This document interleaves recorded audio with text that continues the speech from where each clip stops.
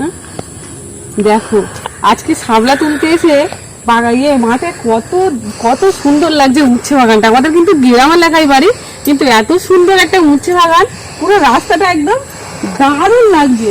আপনাদের কাছে শেয়ার না করে পারলাম না, হেবি সুন্দর লাগছে, যত দেখবে আরো দেখতে ইচ্ছা করবে। এত সুন্দর উচ্ছে বাগানটা, আর কি সুন্দর উচ্ছেটা হয়ে আছে দেখো, সব প্রত্যেক উচ্ছে ধারে এদিক ওদিক ভর্তি। আর আমাদের এদিকে হচ্ছে ভেড়িটা বেশি হয়, মাছ টাছ চাষ করে ভেড়ি। আর এত সুন্দর উচ্ছে বাগান, আর উচ্ছের মালিক তো এখানে নেই,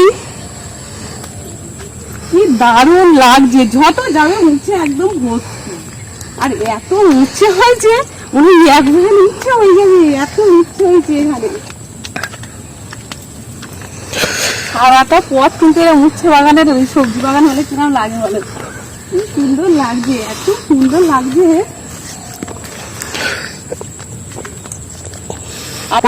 5 কিলো কিন্তু এরিয়াটা তুলে কিন্তু 5 কিলো উচ্ছে হয়ে যাবে, এত উচ্ছে হয়ে যাচ্ছে। আরো লাস্ট মাথা, এই ভেড়ি থেকে সেই ওই মাথা পর্যন্ত দেখো কতটা সুন্দর লাগছে। আর রাস্তা উচ্ছে রাস্তা, এটা উচ্ছে রাস্তা শেষই হবে না আজকে।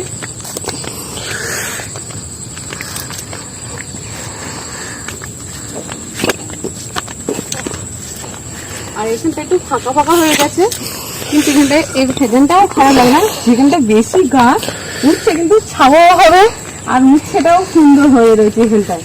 উচ্ছে বাগানে কিন্তু বসাও যায়, কি সুন্দর। আর চারিদিকে কিন্তু ভেড়ি আর এই পাতি বাগান আমাদের এখানে দেখো, এখানে একটু ফাঁকা ফাঁকা আছে। আর উচ্ছে গাছগুলো কত সরু সরু, বেশি মোটা মোটা না। আর যেখানটা কিন্তু 3-4টে উচ্ছে গাছ আছে, সেখানে কিন্তু প্রচুর পরিমাণে উচ্ছে হয়েছে।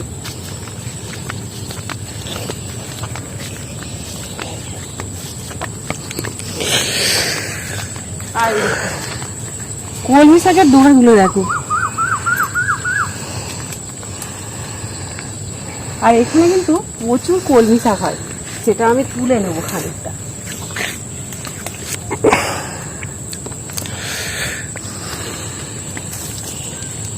আর উচ্ছে বাগানের নিচে নিচে কত কলমি শাক হয়েছে দেখুন।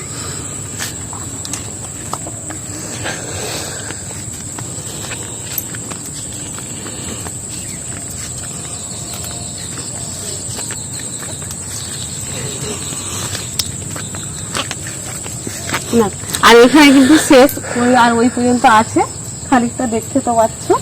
আর দেখো কতটা টাটকা কলমি শাক, একদম মোটা মোটা কলমি শাকের গুলো। খানিকটা তুলে তো নিলাম, এবার বাড়ি চলে যাবো।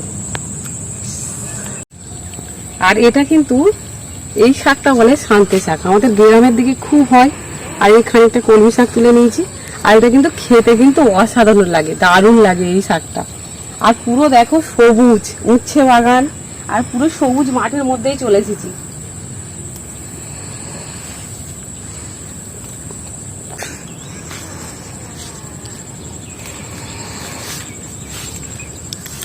আর দেখো কতটা সামলা তুলে নিয়েছি, আর পেয়েছি ভিঙ্গো গাছ, কুড়ে কেশরের পাতা, সেটাও তুলে নিয়েছি।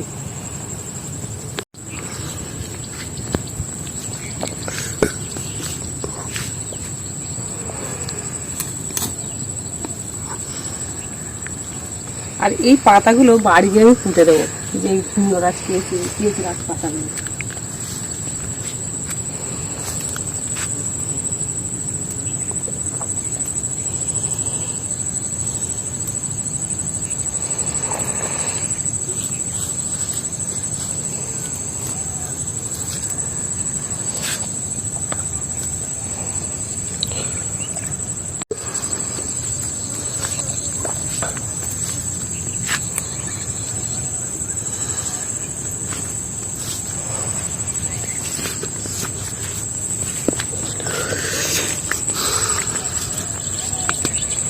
আগের একটা করে দিলাম, চলো।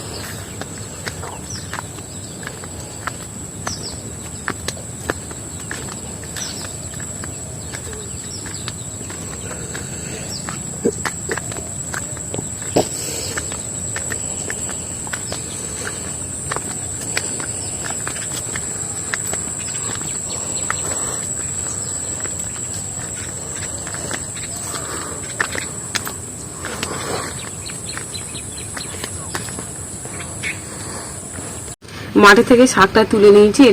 এই শাকটাকে বলা হয় সাঞ্চে শাক। আর এই শাকের ভর্তা বানাবো, যেটা কিন্তু খুব ভালো লাগে খেতে। আর কিন্তু ভাতের সঙ্গে এই শাকটাই, শুধু শাকের ভর্তা হলে কিন্তু চলবে, এত সুন্দর লাগে।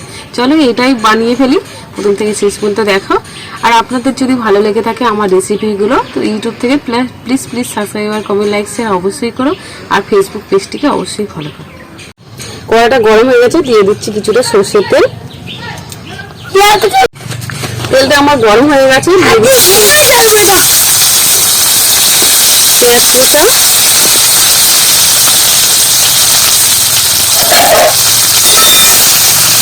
আর এর মধ্যে একটু ভাজা ভাজা করে নেব।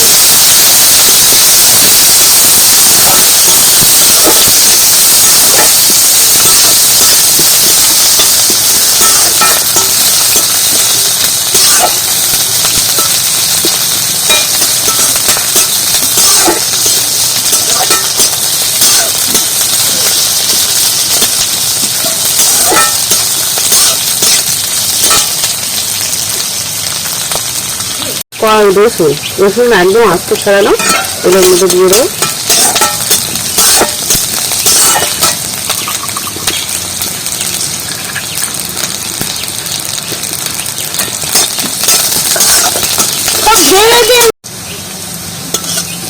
আর এই রসুন আর পেঁয়াজগুলো একটু লাল লাল করে ভেজে নেবো। লাল হয়ে এসছে, আর কিছুটা একটু ভেজে নেবো। পেঁয়াজগুলোকে ভাজা ভাজা করে নিয়েছি, এবার একটা বাটির মধ্যে তুলে নেবো।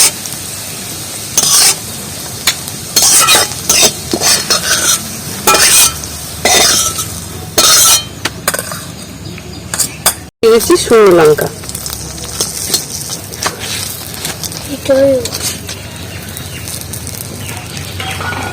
লঙ্কাগুলো ভাজা হয়ে গেছে, এই বাটি তুলে নিচ্ছি। একই বাটি সাঞ্চে শাকগুলো ধুয়ে রেখেছি পরিষ্কার করে, সেগুলো তুলে পেঁয়াজ এগুলো ভাজা তার মধ্যে দিয়ে দেবো।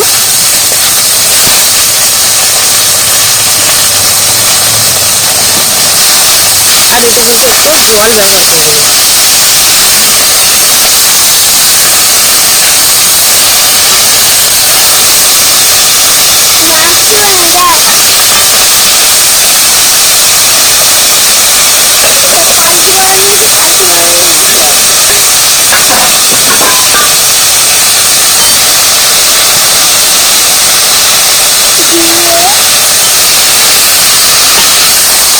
এইবারে একটু উল্টে পাল্টে একটু চাপা দেবো। শাকটা কিন্তু সিদ্ধ এসেছে, একদম জল দেয়নি। আর একটু কিছুক্ষণ আস্তে আঁচে রেখে দেবো। এই শাকটা কিন্তু পুরো সেদ্ধ হয়ে গেছে কতটা। আর এটা বাটিতে দিয়েছি, আর শাকের থেকে দারুণ একটা সেম ভালো হচ্ছে।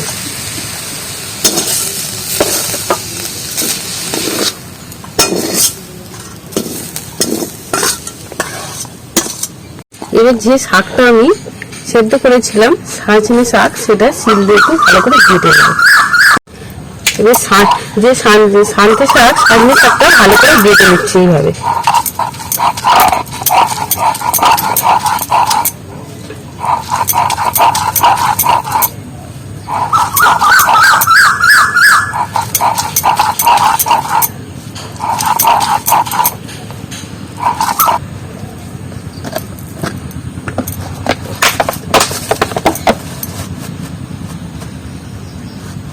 আর এখানে কিছুটা পরিমাণ মতো লবণ দিয়ে দেবো।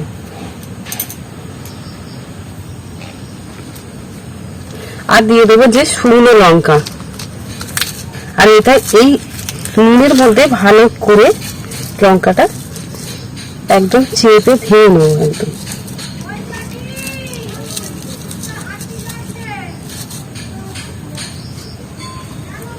এবার এর মধ্যে একটু তেল দিয়ে দেবো, সর্ষের তেল। তেল দিয়ে দিলাম, আর এর মধ্যে যেগুলো পেঁয়াজগুলো ভাজা আছে, রসুন, সেগুলো দিয়ে দেবো। আর পুরো এইভাবে ভালো করে মাখিয়ে নেবো।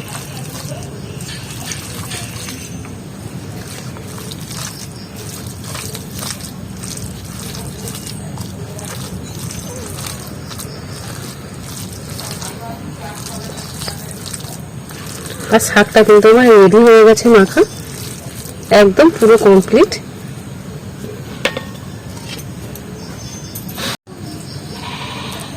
আর একটা প্লেটের মধ্যে।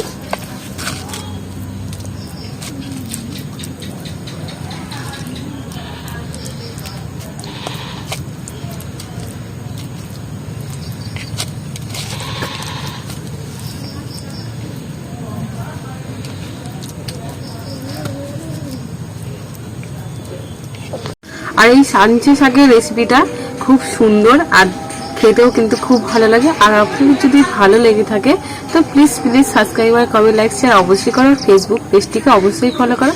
আর সবাই ভালো থেকো, সুস্থ থাকো। দেখা হচ্ছে আগামীকাল আবার নতুন একটা ভিডিও নিয়ে।